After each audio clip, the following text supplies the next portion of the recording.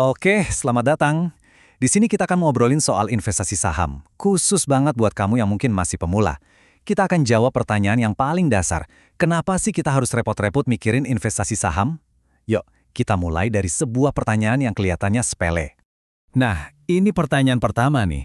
Kita sering banget mikir, nabung di bank itu udah paling bener, paling aman. Tapi beneran seaman itu nggak sih? Coba kita dalami sedikit. Coba deh bayangin, tahun 2017 uang Rp50.000 mungkin bisa dapat tempe sekeranjang penuh ya kan? Nah coba kita lompat 20 tahun ke depan. Dengan jumlah uang yang sama, mungkin cuma dapat 3 potong. Loh, kok bisa? Ini bukan karena tempenya jadi lebih mewah, tapi karena nilai duit kita yang justru merosot.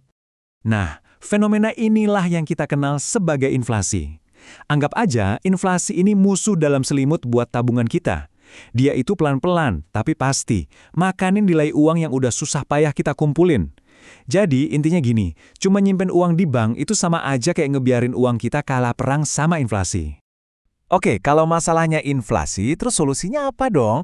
Jawabannya tuh sebetulnya ada di sekitar kita tiap hari. Saham. Yuk kita lihat kenapa saham bisa jadi jawaban dan gimana saham itu sebenarnya jauh lebih dekat sama hidup kita daripada yang kita kira. Jadi, ada 3 alasan kuat nih kenapa kita perlu banget ngelirik investasi saham. Ini bukan cuma soal cari untung loh, tapi juga buat ngelawan inflasi, buat dukung ekonomi negara kita dan ya karena kita sebenarnya udah jadi bagian dari ekosistem ini. Ini nih fakta yang cukup bikin kaget. Sekitar 60% saham di bursa kita itu ternyata masih dipegang investor asing. Artinya apa? Keuntungan gede dari perusahaan-perusahaan keren di Indonesia itu banyak yang lari ke luar negeri. Nah, pas kita sebagai investor lokal beli saham perusahaan Indonesia, kita tuh nggak cuma investasi buat diri sendiri, tapi juga ikut bantu biar duitnya muter di sini, di negara kita sendiri. Telkom, BCA, Jasa Marga, familiar banget kan sama nama-nama ini? Nah, mereka ini bukan cuma perusahaan gede, mereka ini perusahaan publik, yang artinya sahamnya bisa kita beli. Tanpa kita sadar, kita tuh tiap hari berinteraksi sama mereka. Coba deh pikirin, dari pas bangun tidur, pulsa yang kita pakai, jalan tol yang kita lewatin, semen buat rumah, sampai bank tempat kita nabung, itu semua produk dari perusahaan yang sahamnya ada di bursa. Jadi, pasar saham itu bukan sesuatu yang jauh di awang-awang. Itu tuh ada di denyut nadi kehidupan kita sehari-hari. Tapi, aman nggak sih investasi saham? Pasti ini pertanyaan yang muncul di kepala kan? Wajar banget kok. Banyak yang mikir pasar saham tuh kayak Wild West, liar gitu. Oke, sekarang kita coba patahin mitos itu. Kita kenalan sama para penjaga dana kita. Investasi kamu itu nggak sendirian, ada yang jagain. Ada Otoritas Jasa Keuangan atau OJK yang jadi wasit utama buat semua pasar keuangan. Terus ada Bursa Efek Indonesia, BEI, sebagai penyelenggara resminya. Bahkan ada KPEI yang menjamin semua transaksi. Ini tuh sistem keamanan berlapis yang dibikin buat ngelindungin investor kayak kita. Dan ini adalah simbol resminya, Bursa Efek Indonesia atau IDX. Ini bukan tempat abal-abal ya, semua jual beli di sini tuh diatur dan diawasi super ketat, biar adil dan aman buat semua orang, termasuk kita-kita ini investor retail. Nah, salah satu fitur keamanan paling penting itu namanya RDI, atau rekening dana investor.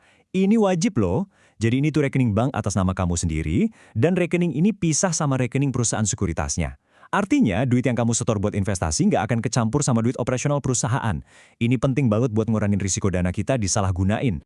Oke, sekarang kita udah tahu saham itu relevan dan diatur dengan aman. Mari kita pindah ke bagian selanjutnya dan melihat gimana cara kita menghasilkan uang, serta resiko apa saja yang perlu kita pahami. Secara umum, ada 2 cara utama buat dapat untung dari saham. Yang pertama namanya capital gain. Gampangnya, ini untung dari selisih harga jual dan harga beli. Kamu beli murah, jual mahal.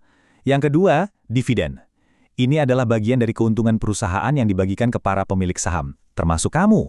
Biar gampang banget bayanginnya, kita pakai analogi sederhana yang keren ini deh. Anggap aja, investasi saham itu kayak kamu lagi miara ayam. Misalnya kamu beli anak ayam, kamu rawat sampai gede, terus kamu jual ayamnya dengan harga yang lebih mahal. Nah, keuntungan dari penjualan ayam itu, itulah capital gain kamu. Tapi gimana kalau ayamnya nggak kamu jual? Kamu pelihara terus, dan dia nelor setiap hari. Kamu jualin telurnya. Nah, pendapatan dari jualan telur inilah yang namanya dividen. Simple banget kan? Tapi, ya namanya investasi pasti ada resikonya juga. harga saham yang kamu beli bisa aja turun, ini namanya capital loss. Terus, perusahaannya bisa aja lagi nggak untung, jadi yang nggak ada dividen yang dibagiin. Dan skenario paling jelek, ya perusahaannya bangkrut. Kita harus sadar soal ini biar bisa investasi dengan kepala dingin dan lebih bijak. Sekarang kita masuk ke bagian terakhir yang paling memberdayakan. Kita akan mematahkan mitos bahwa investasi saham itu eksklusif hanya untuk kalangan tertentu. Berapa modal yang dibutuhkan untuk mulai? Kebanyakan orang berpikir butuh puluhan juta. Lihat angka ini, 100.000 rupiah. Ya, hanya dengan uang yang mungkin setara uang jajan sebulan, Anda sudah bisa membuka rekening saham di beberapa sekuritas. Mitos bahwa Anda harus kaya raya untuk berinvestasi sudah resmi terpatahkan. Dan Anda juga tidak harus seorang jenius. Faktanya, Sir Isaac Newton, penemu hukum gravitasi, pernah rugi besar di pasar saham.